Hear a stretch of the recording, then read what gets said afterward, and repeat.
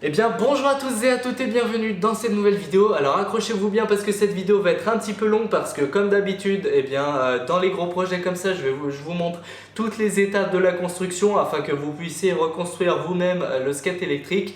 Et donc dans cette vidéo, on va bien évidemment terminer ce fameux skate électrique. Enfin, j'en suis désolé parce qu'on a à peu près 2 mois de retard sur ce projet. On a rencontré quelques problèmes qu'on n'a pas trop kiffé, ça a complètement retardé le projet. J'ai trop parlé, on passe tout de suite à la présentation du matériel. Go! Ok, donc pour le matériel électronique, donc on a tout étalé sur la table. Ne prenez pas peur quand vous regardez, je vais tout vous expliquer et puis tous les liens seront dans la description. Donc vous n'allez pas vous y perdre, vous inquiétez pas. Alors la première chose, la grosse update par rapport à la dernière fois, c'est l'utilisation des VESC. Donc là on va utiliser des VESC, donc c'est des ESC 2.0. C'est très adapté pour les skates électriques et surtout c'est programmable. Et puis on peut les monter à des tensions bien plus élevées, genre du 13S. Mais nous on va utiliser une configuration de seulement 10S, c'est la plus safe à faire. Là ici on a mis le VESC dans une espèce de petite boîte avec de la pâte thermique, une petite boîte faite à la CNC. Je vous ai mis le lien aussi dans la description. Donc ça va servir de heatsink en fait, de radiateur, comment dire, ouais, de radiateur pour les MOSFET qui sont ici. Donc ça va dissiper la chaleur, comme ça ils vont pas surchauffer. Donc ça c'est très pratique. Si jamais vous voulez pas prendre 2 boîtes comme ça, vous pouvez aussi utiliser une boîte en aluminium. Les 2 VESC peuvent rentrer à l'intérieur et puis vous avez tout dans cette boîte d'aluminium. Je vous mettrai aussi le lien. Ensuite, là ce que j'ai commandé c'est une nouvelle manette. Donc une nouvelle manette pour commander. On a 2 channels, un channel donc ça sera pour les gaz et un channel ça sera pour le pimpage. Donc les LED, le bass et tout ce qui va avec. Ensuite, qu'est-ce qu'on a d'autre? On va utiliser donc ces boîtes pour y mettre les éléments de la batterie dedans. Donc on va utiliser 2 boîtes comme ça et dans chacune il y aura une configuration en 16S. Donc des éléments, 5 éléments de 3,7 volts avec un BMS de 100 ampères. Donc des BMS, on va en mettre un dans chacune des boîtes avec les éléments des batteries que je n'ai pas encore reçus. En fait ce colis viendra d'ici quelques jours. Mais donc là on a des BMS de 5S, on va mettre ça en parallèle, ça va nous faire du 10S en total. On va aussi utiliser une 3e boîte que je n'ai pas ici mais dans laquelle on va mettre donc là c'est un relais pour activer donc les LED. En appuyant sur la télécommande qu'il y a ici, et bien on va pouvoir activer par radio l'allumage et l'éteignage le on et le off des LED et du pimpage extérieur. Ici on aura des step down parce que ici la tension qui va sortir des batteries ça sera genre beaucoup de volts, ça sera genre 42 volts en maximum. Il faudra baisser ça à peu près 12 volts pour pouvoir alimenter l'élément Bluetooth du bass. Et alimenter, donc là on a les petits speakers qui vont aller avec le bass. Et aussi alimenter, qu'est-ce qui reste d'autre? Le transfo des LED qui est ici. Donc en fait ça sera pas des LED, ça sera un fil fluorescent. Bref, c'est une technologie un peu autre que le LED. Donc ici on a ça alimenté en 12 volts aussi. Là on a le même comment on appelle ça, anti-spark qu'on a utilisé dans l'ancien skate.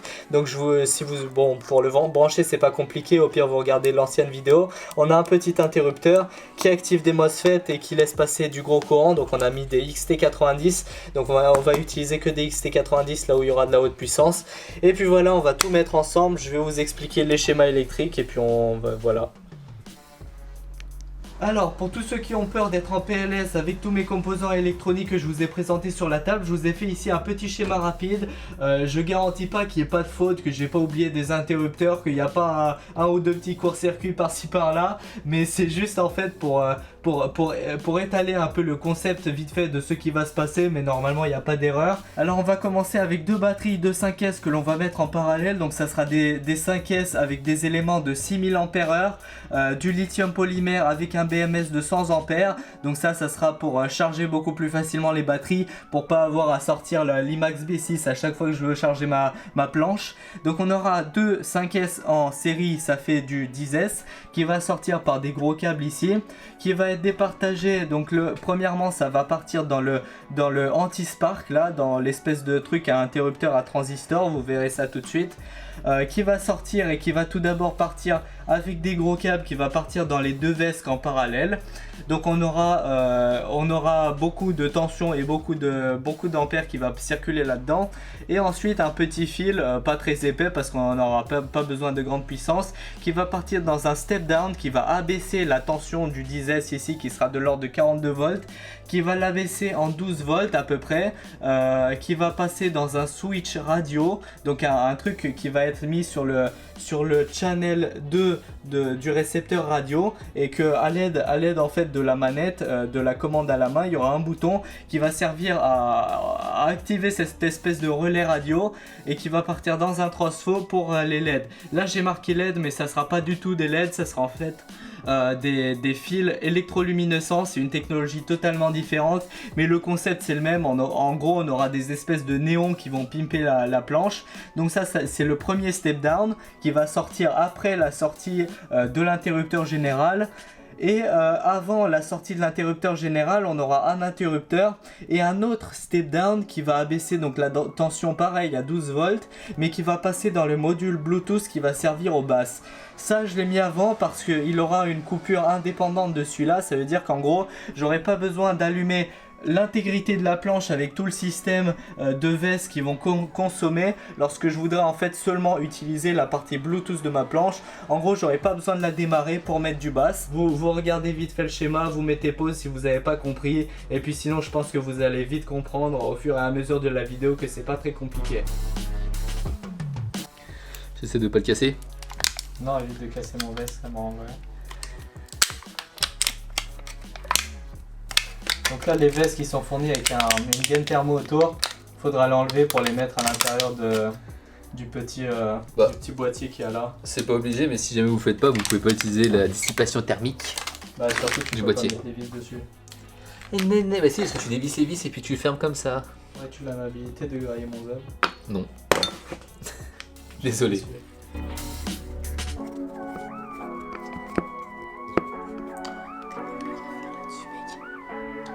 Et on n'oublie pas le serrage en croix, les enfants. Mec, t'as oublié quelque chose. L'autocollant, mets l'autocollant. Pourquoi tu veux faire ton putain d'autocollant là? Oh yeah. Du coup, première chose, on a pris les vestes qui ont l'air à souder des prises XT90, donc du grosses prises XT60. En gros, c'est pour faire passer pas mal de jus de façon tout à fait safe. Dans tous les cas, c'est overkill parce que les vestes, ça prend 50 ampères max. Mais bon, on avait ça, on les met, comme ça on est bien, on a du gros fil.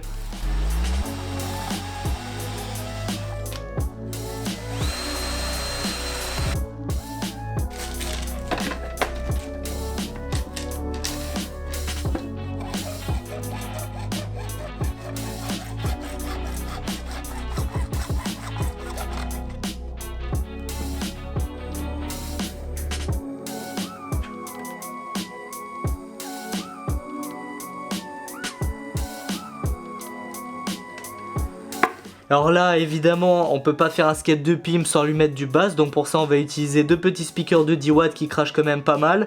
Donc c'est des petits speakers assez sympas qui envoient pas mal de bass. Et on va les souder aux sorties LR d'une carte Bluetooth que je vous mettrai dans la description. Parce que évidemment, c'est pas le bass qui fait le pimp, c'est le pimp qui fait le bass. On rajoute un petit peu d'étain pour un meilleur contact.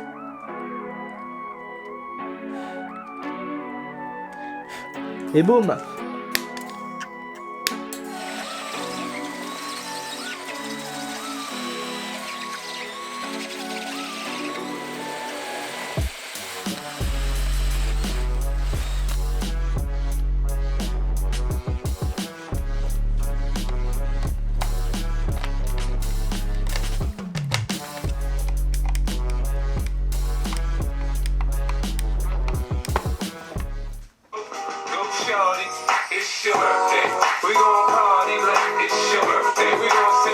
Du coup là on va s'occuper des raccords de haute puissance, c'est-à-dire les raccords qui vont sortir des batteries et qui vont distribuer le courant aux deux vestes. Donc on aura deux vestes qui va chacun, attention je dis bien chacun, manger 50 ampères, ça fait un total en pic de 100 ampères qui vont circuler dans les fils avec une tension de 42 volts parce qu'on aura 10 éléments lipo de 4,2 volts lorsque les batteries seront chargées. Donc ça fait 42 volts et 100 ampères qui vont circuler dans ces pauvres fils. Donc il ne faut pas qu'ils crament, il ne faut pas qu'ils chauffent, il faut pas qu'ils prennent feu tout simplement. Il faut qu'ils assument la puissance monstrueuse qui va passer là-dedans. Donc j'ai tout d'abord du 4 mm², mais je me suis dit que ce serait un petit peu faiblard. Du coup j'ai pensé pourquoi pas utiliser tant qu'à faire du vrai bon fil, donc avec un diamètre à peu près raisonnable. Mais c'est là que je me suis rendu compte que ça rentrerait pas dans ma boîte parce que rien que le fil il est extrêmement épais. Du coup bah finalement je suis triste, on va rester sur du bon vieux 4 mm².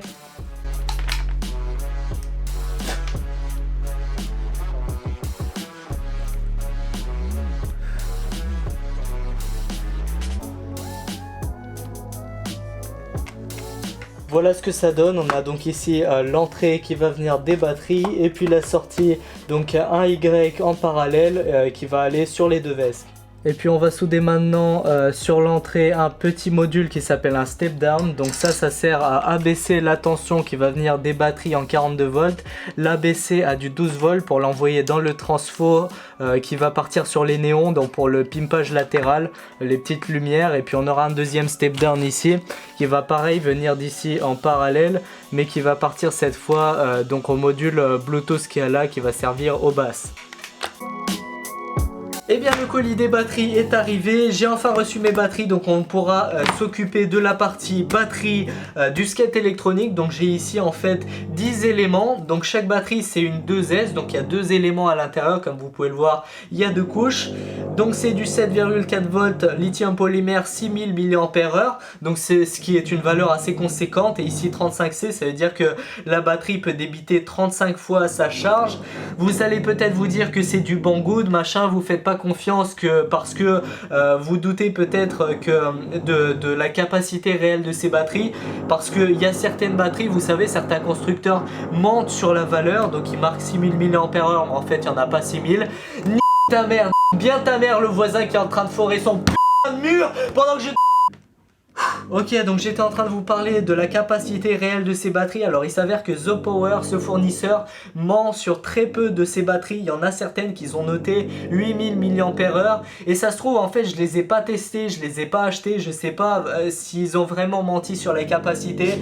Mais quand même, on va pas se mentir, 8000 mAh pour une batterie de ce gabarit-là, c'est quand même irréaliste. Donc je les crois pas. C'est pour ça que j'ai pris des batteries 6000 mAh. Parce que celles que je vous mets dans la description, c'est des batteries qui sont tout à fait acceptables.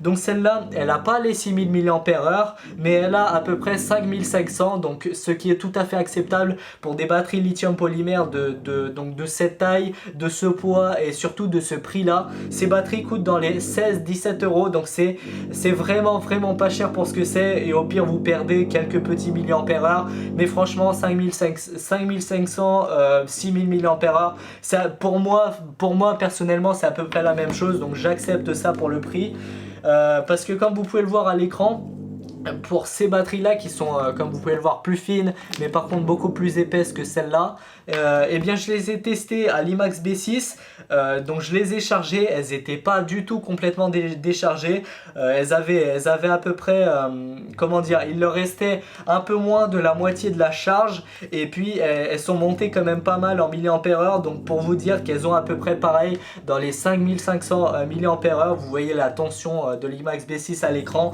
elles sont pas déchargées, elles ont quand même pas mal de capacité.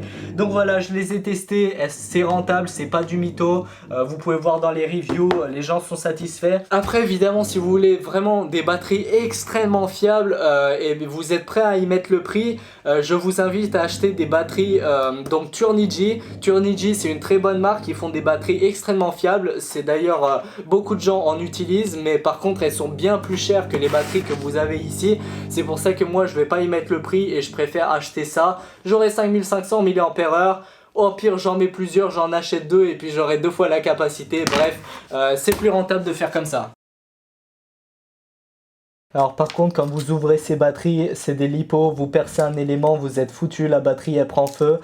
Du coup c'est vraiment à ne pas faire, et vous faites vraiment gaffe quand vous utilisez un cutter. Là je me concentre, concentration maximale pour pas les percer. Voilà, on y est. On enlève le scotch. Alors cet élément, j'ai besoin en fait de 5 S, donc j'aurai besoin de 2 batteries comme ça et une moitié, c'est-à-dire un élément d'ici. C'est pour ça que celle-là je l'ouvre complètement, mais en soi les autres, on va pas avoir besoin de les ouvrir complètement, on va juste avoir besoin de les relier en série et puis de tirer ces fils sur le BMS.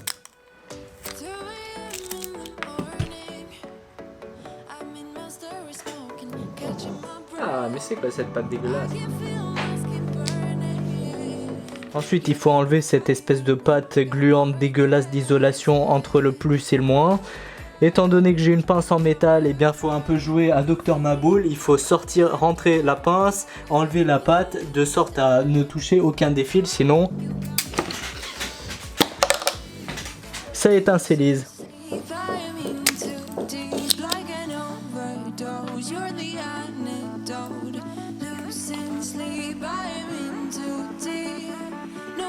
Donc là on est en train de faire les batteries, c'est un peu la galère, j'ai pas filmé toutes les étapes.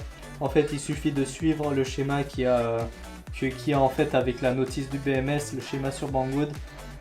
Après le but c'est de compacter ça à l'intérieur des boîtes et c'est ça qui est chiant parce qu'il faut tout faire proprement, mettre énormément de scotch pour isoler à chaque fois les batteries et puis mettre le port, de charge et le port de haute puissance. Donc on a fini les batteries, donc là on a la batterie, là ce qu'on a en dessous du scotch c'est un BMS 5S, donc il y a un circuit qui permet d'éviter la sous-charge, la surcharge, les courts-circuits, enfin tout ça, ce qui permet de protéger les batteries, d'éviter qu'elles prennent feu.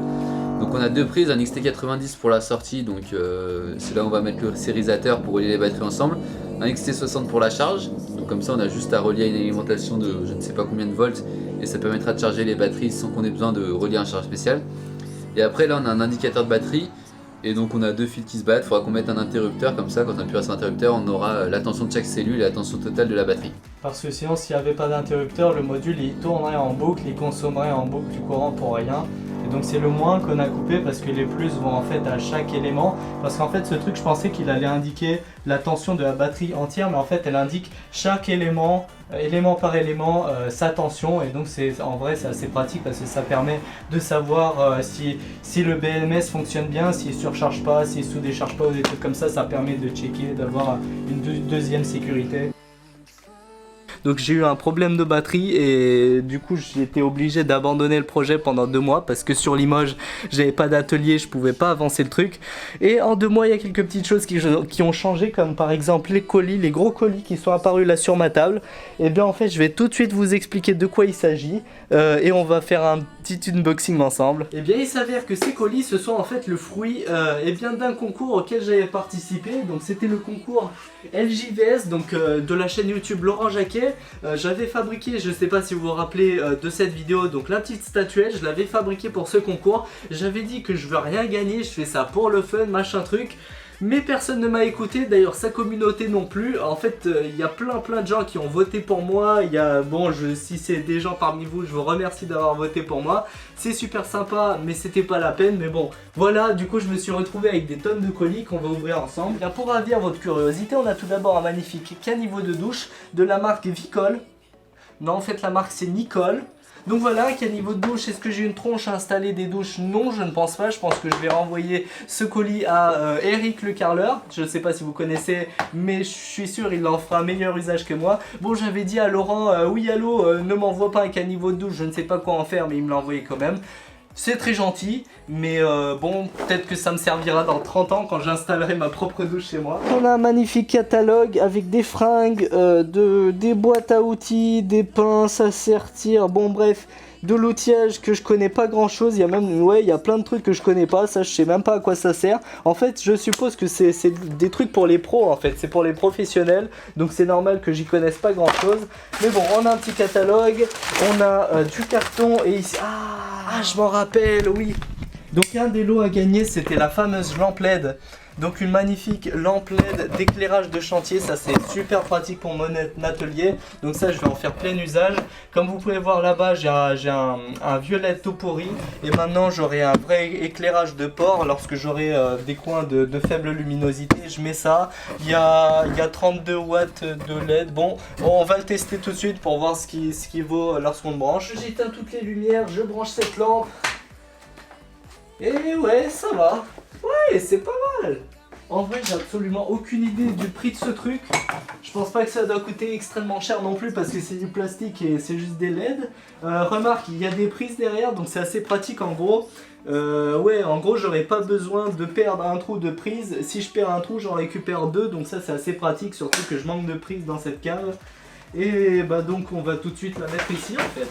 En fait ces boîtes elles étaient toutes fermées, mais sauf que vu que c'est mes parents qui ont réceptionné les colis, et bah quand ils ont vu ces énormes quantités de boîtes, ils ont commencé à flipper, ils ont cru qu'il y avait des explosifs et des gens morts à l'intérieur des boîtes. Du coup j'ai plus tellement la surprise parce qu'ils ont déjà ouvert les boîtes avant moi, mais j'ai toujours la surprise vu que je les ouvre définitivement. Donc là ça je l'attendais qu'il y aurait dans le colis. Donc une perceuse sans fil, donc une Makita. J'ai jamais acheté des outils Makita, mais je sais qu'il y a beaucoup de gens qui en utilisent. Ah, j'ai oublié d'enlever ça.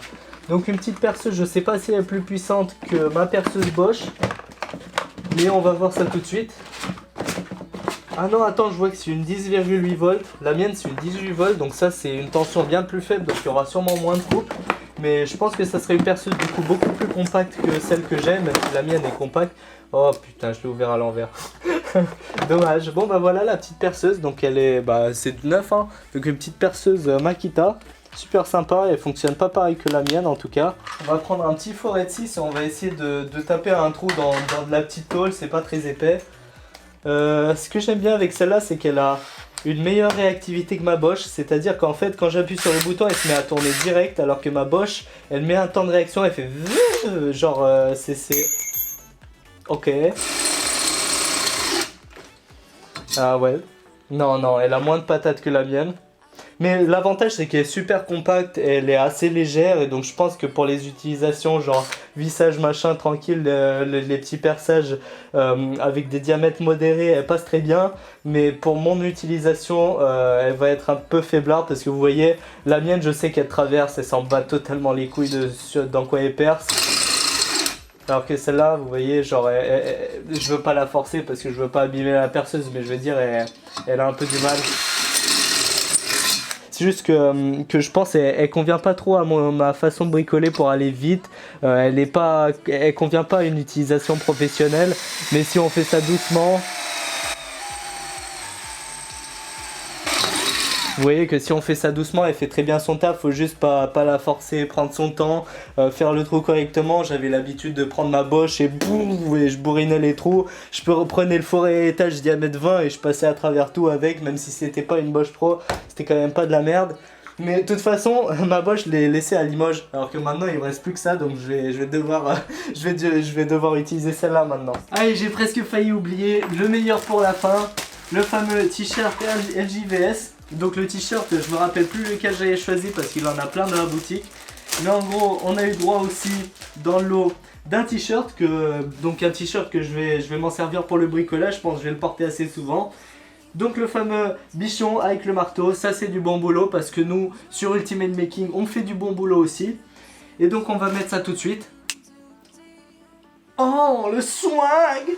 Matez ça les frérots! On reprend la construction du skate. Donc ce qu'on va faire c'est qu'on va faire les boîtes pour les batteries. Alors on a eu un problème, c'est pour ça que cette vidéo a été retardée. Parce que tout simplement les BMS qu'on a mis là-dedans ne fonctionnent tout simplement pas. Donc les BMS ne fonctionnent pas quand on charge les batteries. Et bien les éléments ne sont pas balancés. Et le problème est toujours là et on n'a pas réussi à le résoudre. Mais on va quand même finir le skate. Et puis on changera le BMS plus tard quand tout sera fini. On verra tout ça plus tard. Mais pour l'instant on va faire donc le T. Le T qui va relier les prises en fait qui sortent des batteries ensemble et qui vont aller à l'alimentation générale. Et puis on va finir l'électronique là-dedans.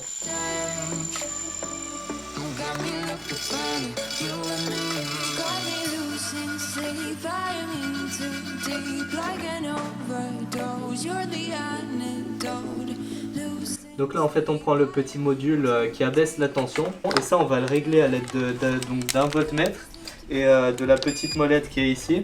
Donc on va la tourner afin de régler en fait la tension de sortie à 12 volts. Donc on baisse d'un facteur 4. On va surtout brancher. Les step down, faites gaffe quand vous les achetez parce qu'il y en a beaucoup. Il y en a beaucoup en fait qui s'arrêtent à 30 volts en tension d'entrée maximale. C'est-à-dire qu'en gros, bah, avec les 40 volts qui sortent de ces batteries, en gros, on les crame. C'est pour ça que j'ai pris un qui fait exprès 60 volts en maximum de tension. Donc je vous ai mis les liens dans la description. Comme ça, vous ne vous trompez pas si jamais vous faites une configuration 10S. Mais si jamais vous mettez moins, genre 6S, bah là c'est pas la peine, vous prenez un truc de 30. On a fini de relier le step down au module Bluetooth. Et là on fait le test avant de refermer le boîtier. Donc normalement ça devrait marcher. Tant qu'il n'y a pas de droit d'auteur. Ouais, t'as 900% de droit d'auteur, hein.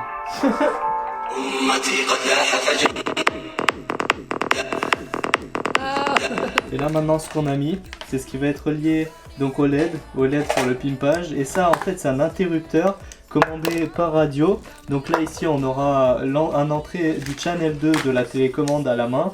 Et ça sert en fait d'interrupteur. Donc quand on va appuyer sur la télécommande, lui il va recevoir le signal et il va faire passer ou pas le courant donc dans le transformateur. Le transformateur il est là, on lui a mis une prise.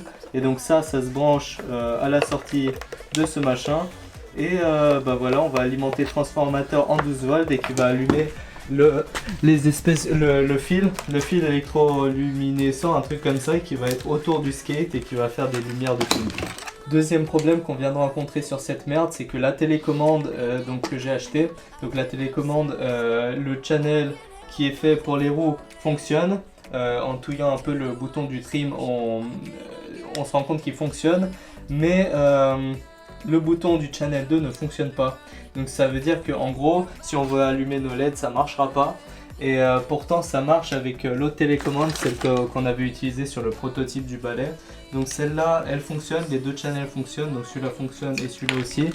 Donc probablement qu'on va finalement utiliser cette télécommande au lieu de celle-là parce que tout simplement le bouton ne fonctionne pas. Là le test, donc le channel là-dessus fonctionne, ce bouton fonctionne, donc c'est le principal, mais celui derrière qui est censé être attribué au channel 2 ne fonctionne pas, donc en soi les LED, eh bien elles ne s'allumeront jamais. Voilà, donc en fait on se rend compte qu'avec la deuxième télécommande ça fonctionne, on peut allumer et éteindre les LED, donc allume pour que ce soit stylé, voilà. Donc on voit que le fil fluorescent s'allume, donc c'est très stylé, on va mettre ça autour du skate. Et donc là, les deux fonctionnent, que ce soit l'accélération ou les LED. Donc on va programmer les vestes en tenant compte du jeu d'accélération de celle-là. Et je ferai ça peut-être dans une autre vidéo, mais pour l'instant on va se contenter du fonctionnement basique.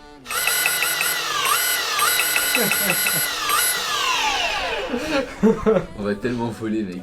Mec, c'est l'orbite, c'est l'orbite assurée.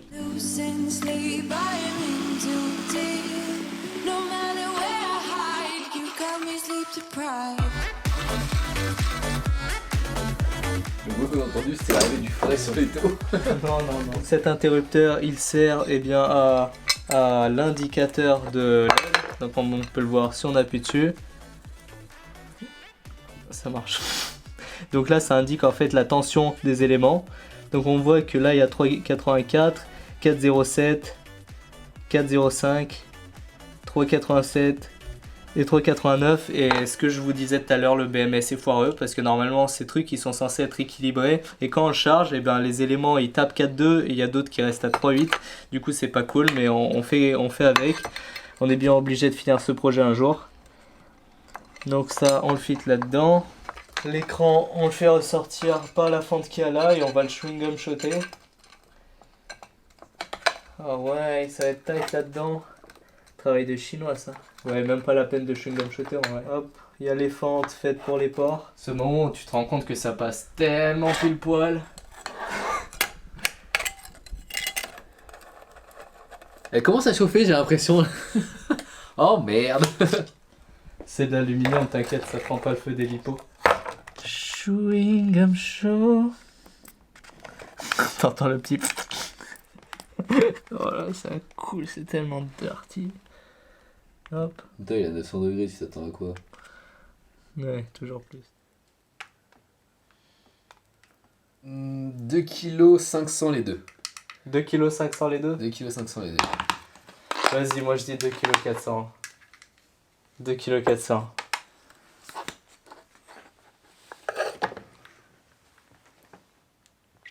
C'était plus près. 2,5 kg les deux batteries. Heureusement qu'on a un Fat Max, moi je dis. Et Staline. Et JB. Et JB. Vers toi. C'est bon. Ça va pas être trop tendu pour le milieu, je pense. Non, parce que. Allume un peu les. Ouais, c'est ce que j'allais dire.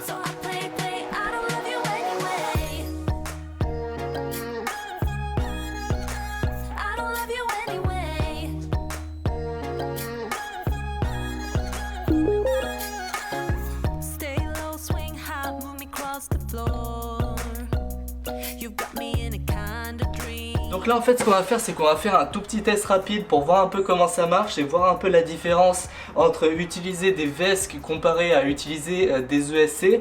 Donc vous avez vu que dans la version précédente du balai de Harry Potter j'avais utilisé des ESC normaux et là maintenant donc on a des VESC, on a la gamme premium de l'ESC pour le skate électrique et là en fait j'utilise un seul des deux VESC. Donc là ici il y a les deux mais il n'y en a qu'un seul qui va fonctionner tout simplement parce que j'en ai programmé qu'un seul sur les deux parce que il me manque un petit câble, un petit connecteur qui sert en fait à relier les deux ESC en parallèle et qui sert en fait à les faire communiquer. Étant donné qu'il me manque ce petit fil, et bien ça sert à rien que je les fasse fonctionner simultanément parce qu'il y aura des pertes de synchronisation, enfin ça va pas, les deux moteurs vont pas tourner de façon exactement la même et du coup il aurait fallu paralléliser les entrées donc c'est de la merde. Donc j'utilise un seul VESC sur un seul moteur et on va voir ce que ça donne. Donc j'ai programmé le VESC, je lui ai attribué certains courants, des trucs au démarrage, tout ça et on va voir ce que ça donne là maintenant. Donc là on a la télécommande, on a le VESC et le moteur qui va tourner, ça sera celui-là, donc l'autre il ne va pas tourner comme vous pouvez le voir.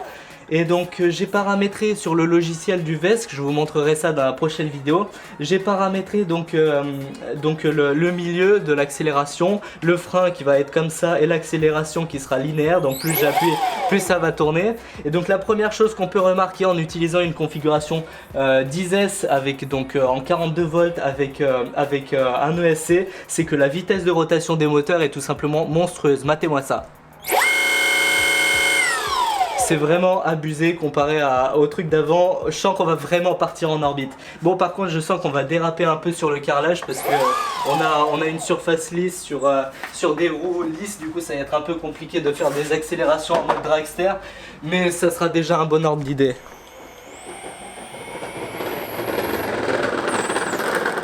Et donc là comme on peut le voir on peut doser en fait ce qu'on ne pouvait pas faire avant, c'est qu'on dose en fait le freinage. Donc comme vous pouvez le voir, lorsque je peux freiner en fait sur la durée, plus j'appuie plus ça freine et donc ça c'est génial parce que ça permet tout simplement de ne pas se casser la gueule. On va refaire un essai. Juste matez-moi ce freinage en douceur. Waouh, net, propre, c'est ça qu'on veut.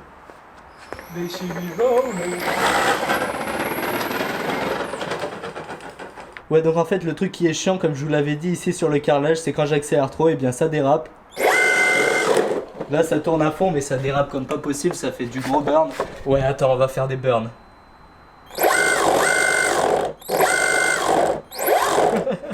Et bien voilà, cette vidéo touche à sa fin, mais avant de vous quitter, comme d'habitude, on va faire un petit peu le bilan de qu'est-ce qui va sur la planche, qu'est-ce qui ne va pas, qu'est-ce que je vous conseille, qu'est-ce qui reste à améliorer. Mais avant de parler de ça, je tiens à préciser qu'il y aura bien évidemment une partie avec des vrais tests, pas comme aujourd'hui. Aujourd'hui je peux pas, demain j'ai partiel et je rentre sur Limoges, bref c'est compliqué.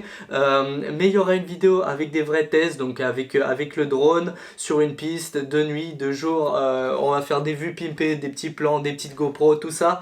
On va faire un truc stylé pour la partie test. Et donc, qu'est-ce qui va, qu'est-ce qui ne va pas? Alors, première chose, eh bien, je constate en fait que finalement la planche a gardé un petit peu de son flex, comme vous pouvez le voir. Ça, c'est très agréable d'être dessus et c'est extrêmement stable. Donc ça, c'est un très bon point. C'était bien ça en fait le problème. Il faut faire si vous voulez de la stabilité, il faut faire une planche qui soit plus longue et mettre les roues pas au niveau de vos pieds. Vous voyez que mes pieds sont là et les roues sont là. Donc avec ça, j'ai aucune chance de tomber. Enfin, si évidemment si je fais le con, mais en gros voilà. Et donc oui, je vous disais que la planche, je trouve qu'elle a pas mal de flex, donc ça c'est une très bonne chose parce que ça rend les choses agréables. J'ai rencontré un abonné sur Limoges qui m'a montré en fait sa planche électrique et Je me souviens plus de la marque, mais c'est un truc assez connu. Sa planche a très peu de flex et même celle-là, elle en a plus que la planche commerciale.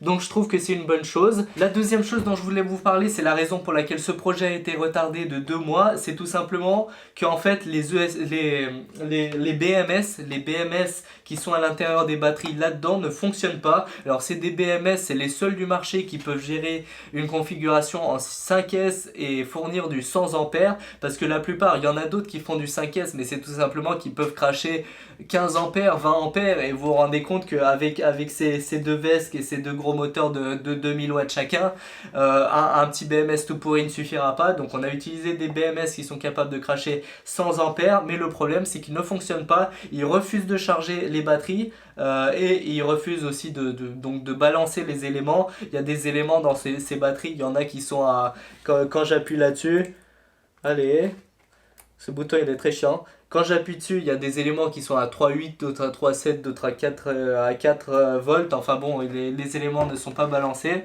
Et ça, c'est une très mauvaise chose et c'est un problème que je dois corriger d'ici à la vidéo test, parce que vous imaginez qu'on peut pas rouler avec des lipos qui vont exploser en dessous. Donc étant donné que c'est un BMS qui a été très vendu, que ce soit sur Banggood, sur AliExpress, sur Gearbest, sur eBay, tout ce que vous voulez, c'est un truc qui est extrêmement vendu, qui a plein d'avis positifs. Eh bien, malgré ça, ils ne fonctionnent pas, on n'arrive pas à les faire marcher, et je pense que du coup, la connerie est de notre côté, on a mal fait les choses, ou il y a quelque chose qu'on a foiré, l'alimentation qu'on a utilisée ne faisait pas le taf comme il fallait. Enfin bon, je sais pas, faut corriger ce problème jusqu'à la prochaine fois. En attendant, je vous ai mis ces BMS dans la description. Ils coûtent pas très cher, donc si vous êtes chaud en électronique et vous voulez vous lancer dans un projet, je pense que vous pouvez en acheter. Vous pouvez les trouver à 3 euros. Ces BMS, ils coûtent presque rien. Au pire, s'ils marchent pas, bah tant pis, vous aurez gâché 3 euros, c'est pas très grave. Mais bon, comme je vous l'ai dit, eh bien ça ne marche pas. Voilà, donc je dois corriger ce problème. Troisième chose que je voulais vous dire, alors le néon que j'ai mis ici, je vous ai mis le lien dans la description évidemment. Donc ça c'est du fil électroluminescence et c'est une technologie totalement différente des LED. Donc je vous ai mis ça dans la description, ça coûte pas cher, c'est stylé, il y en a toutes les couleurs, n'hésitez pas à en acheter, que ce soit pour la décoration ou pour vos projets. J'ai découvert ça très récemment et je trouve ça extrêmement pimpé. Donc ça va avec l'espèce de truc aux tensions que vous voyez ici à l'intérieur. Ça aussi vous en avez pour 4 euros, c'est pas très cher. Ensuite les boîtes ici, donc les boîtes ici en aluminium, la qualité est tout simplement extraordinaire, donc je vous les conseille pour vos projets. Donc là en fait je vous fais la liste de qu'est-ce que je vous conseille, qu'est-ce que je vous conseille pas. Donc oui, comme je vous ai dit, les BMS je vous conseille pas trop d'en acheter avant que je règle le problème et que je vous dise qu'est-ce qui marchait pas. Donc n'achetez pas les BMS pour l'instant, sauf si vous êtes sûr de vous et vous êtes chaud en électronique. Sinon, donc comme je vous disais, les boîtes, la qualité c'est du 3 mm d'épaisseur d'aluminium, c'est ultra solide et c'est vraiment super pour des projets, que ce soit de skate électrique ou pour des projets à vous. Qu'est-ce que j'ai ici? Toute cette électronique, ça c'est le récepteur Bluetooth que j'avais utilisé dans mon enceinte Bluetooth que j'ai démonté, que j'ai mis là-dedans. Ça et les speakers, donc ça je l'ai utilisé depuis longtemps, ça fonctionne très bien, il n'y a pas de souci. Si vous voulez en acheter, c'est pareil, tous les liens sont dans la description. Par contre, les moteurs ils sont bien aussi, mais je vous conseille des moteurs que je vous ai mis dans la description, des moteurs de couleur rouge en fait, qui ont en fait un capteur, et donc c'est avantageux d'avoir un capteur parce que vous pouvez programmer le VESC, le mettre en mode FOC, Field Oriented Current, enfin, ou je crois que c'est Current, je sais plus, je vous expliquerai ça dans la vidéo du VESC. Donc des moteurs avec des capteurs, donc le ride sera plus silencieux, vous aurez un truc un peu plus smooth, même si ça déjà c'est smooth. Aussi pareil les VESC. Donc je vous ai mis le lien des vestes dans la description. Ces vestes qui sont super, surtout avec leur boîte en aluminium qui sert de radiateur. C'est vraiment génial, ils ne surchauffent pas. Bon, en même temps, je les ai pas exploités maintenant. Enfin, vous avez vu que je les ai pas exploités à fond. C'est juste que c'est les moins chers du marché. Donc ils sont à 70 euros. Si vous les achetez sur d'autres sites, ils sont à 100, voire à plus. Donc ça c'est avantageux, je vous les mets dans la description. Sachez que depuis que j'ai acheté ces vestes là, il y en a d'autres qui sont sortis sur le site. Il y a des doubles vesques, en fait sur une seule carte on a les deux vesques à la fois et qui peuvent en chaque sortie cracher 50 ampères et gérer jusqu'à du 13S en batterie. Donc c'est des vesques qui sont tout simplement géniaux. La marque c'est Flip Sky et je vous la conseille. Donc Je vous ai mis tous ces vestes dans la description. Après c'est à vous, vous regardez sur le site, vous regardez qu'est-ce qui vous plaît, qu'est-ce qui vous plaît pas, qu'est-ce qui conviendrait mieux à votre utilisation. Mais si vous voulez être sûr de vous, ça c'est des vestes qui fonctionnent, ils sont pas mal, vous pouvez les acheter et vous pouvez même faire une configuration avec un seul veste pour diviser à peu près tous les prix par deux. Ouais, si vous voulez plus de légèreté sur votre planche, utilisez aussi et vous avez moins de budget, n'hésitez pas par commencer en une configuration avec un seul moteur. Donc vous mettez un seul moteur, un seul veste. Et puis ensuite, si vous voulez plus de puissance au démarrage ou un petit peu plus de vitesse, n'hésitez pas à upgrade. Vous pouvez toujours rajouter ça à la fin. C'est comme le RAM. Quand vous achetez du RAM sur un PC, prenez d'abord 8 Go et puis si vous avez besoin de plus, vous achetez 16. Mais c'est pas la peine d'acheter 32 Go de RAM d'un coup si vous en servirez pas. Donc voilà, faites ça progressivement si vous n'avez pas le budget. Et puis sinon voilà, je vous ai mis tous les liens dans la description. Les roues c'est pas mal, les trucks c'est pas mal. On verra ça plus en détail lors de la vidéo des tests. Et sur ce, j'espère que cette vidéo vous aura plu. Si c'est le cas, n'hésitez pas à me le dire dans les commentaires. Si ça vous a plu, n'hésitez pas aussi à défoncer le bouton de like pour augmenter la visibilité de mes vidéos. Et sur ce, eh bien, je vous laisse et je vous dis à très bientôt pour la prochaine vidéo. Ciao!